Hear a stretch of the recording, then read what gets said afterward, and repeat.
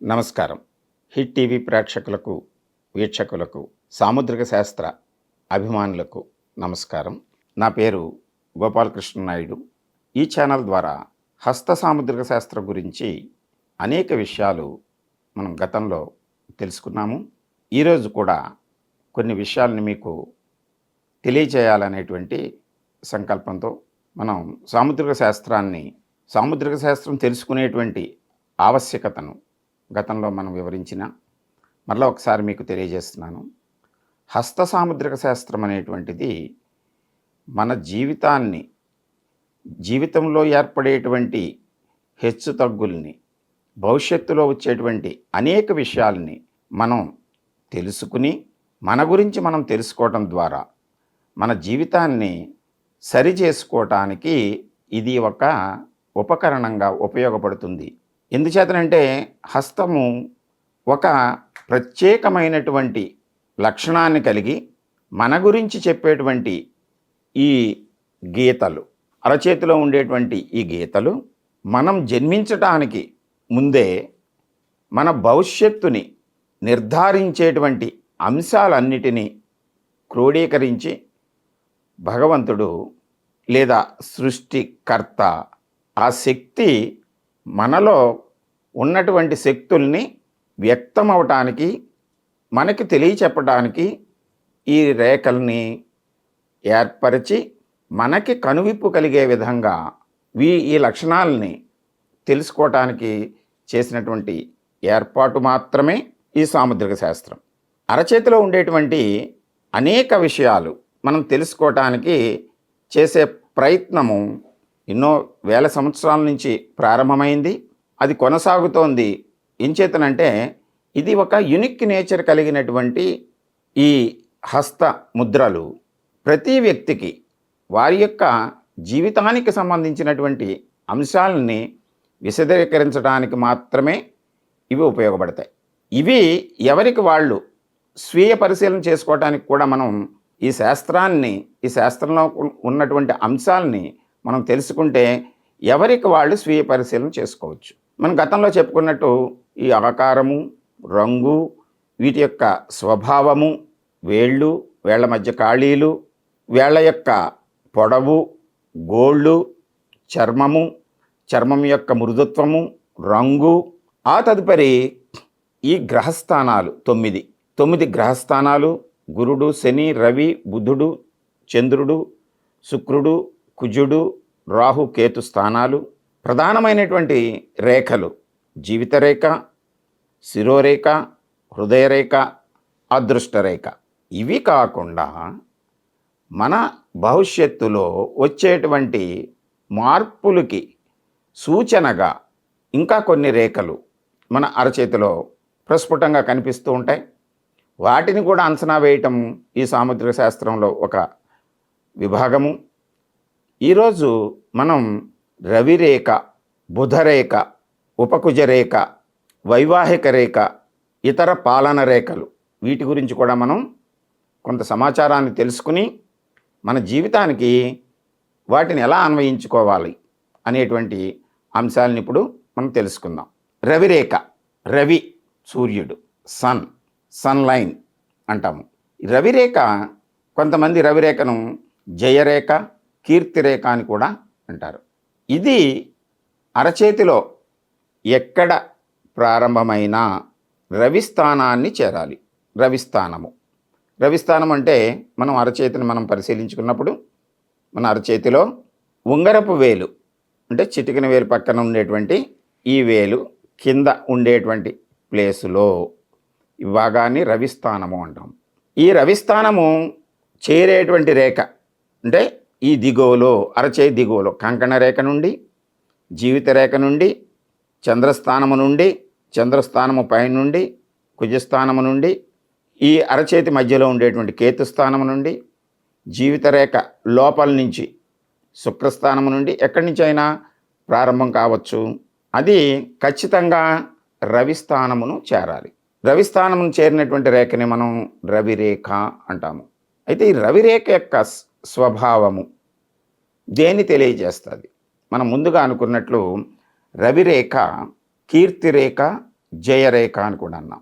ముఖ్యంగా ఒక మనిషి తన జీవితంలో కీర్తి ప్రతిష్టల్ని తను పొందినటువంటి జ్ఞానానికి అనుగుణంగా తాను చేసేటువంటి వివిధ రంగాల్లో ఏర్పడినటువంటి వివిధ రంగాల నుండి తను పొందినటువంటి కీర్తి ప్రతిష్ట జయము, దీనికి అనుగుణంగా అతని జీవితంలో ఎప్పుడు తన ఆలోచనల్ని అటువైపు మళ్ళిస్తాడు అనేటువంటి అంశాలని ఆధారంగా చేసుకుని మనం ఈ రవి స్థానంలో ఉండేటువంటి రేఖని గురించి మనం తెలియజేసుకుందాం. ఇప్పుడు ఈ రవిరేఖ ఈ అనామిక లేదా రవి వేలు దాని కింద ఉండేటువంటి రవిస్థానానికి ఈ అరచేతి ఎక్కడి నుంచైనా ప్రారంభం కావచ్చు, రవిస్థానాన్ని చేరవలెను. రవిస్థానాన్ని చేరేటువంటి ఈ రేఖను రవిరేఖ, జయరేఖ, కీర్తిరేఖ అని అంటాము. రవిరేఖ మీకు ముందుగా చెప్పినట్లు ఇది అరచేతిలో ఎక్కడి నుంచైనా సరే ప్రారంభమయ్యి ఈ అనామిక దిగువన అంటే రవివేలు దిగువన రవిస్థానమునకు చేరుతూ క్లియర్గా ఉండాలి. ఒక స్పష్టమైనటువంటి గీతలాగా ఉండాలి. సాధారణంగా రవి కీర్తిని ప్రతిష్టను ముఖ్యంగా సామాజిక సంబంధాల వలన ఏర్పడినటువంటి కీర్తి ప్రతిష్ట, దాన్నే మనం ఇప్పుడు రాజకీయము అంటే నాయకులు, రాజకీయ నాయకులుగా సమాజంలో వివిధ స్థాయిల్లో, వివిధ స్థాయిలు అంటే మనం ఒక సంఘంలో ఉన్నప్పుడు, ఒక గ్రామంలో ఉన్నప్పుడు ఆ గ్రామ స్థాయిలో ఉండేటువంటి చిన్న వార్డు మెంబర్ దగ్గర నుండి పంచాయతీ, సచివాలయము, ఆ గ్రామ సర్పంచ్, మండలములో ఉండేటువంటి వివిధ హోదాల్లో ఉండేటువంటి రాజకీయ సంబంధాలు కలిగినటువంటి నాయకులుగా, అధిపతిగా, మండల స్థాయి నుండి ఒక పరిధిలో ఉండేటువంటి ఎమ్మెల్యే, తదుపరి మంత్రి, ఆ తదుపరి పార్లమెంటు, రాష్ట్ర, దేశ రాజకీయాల్లో వివిధ ఉన్నతమైనటువంటి పదవులను పొంది సమాజ సేవ చేస్తూ సంఘంలో పలుకుబడిని, అధికారాన్ని, హోదాని, కీర్తిని, జయాన్ని పొందేటువంటి వ్యక్తుల యొక్క అరచేతుల్లో ఈ రేఖ మనకి స్పష్టంగా కనిపిస్తూ ఉంటుంది. అయితే ఈ రేఖతోటి పాటు అరచేయి యొక్క స్వభావము, చర్మం యొక్క రంగు, మిగిలిన రేఖలను కూడా మనం పరిగణలోకి తీసుకోవాలి. ఈ అరచేతిలో ఈ రవిస్థానము చేరేటువంటి ఈ రవిరేఖ కొంతమందిలో హృదయరేఖ దాటిన తరువాత ఏర్పడుతూ కనబడుతూ ఉంటుంది. అంటే ఈ ప్రాంతంలో ఉంటే ఇది హృదయరేఖ అంటే 50 సంవత్సరాలు పైబడి తదుపరి జీవితం వరకు అక్కడ ఉంటే ఆ వ్యక్తి ఈ కీర్తిని, జయాన్ని, రవి వలన వచ్చేటువంటి ఆధిపత్యాన్ని 50 సంవత్సరాల తర్వాత అతను పొందే విధంగా మనం అన్వయించి చెప్పవచ్చు.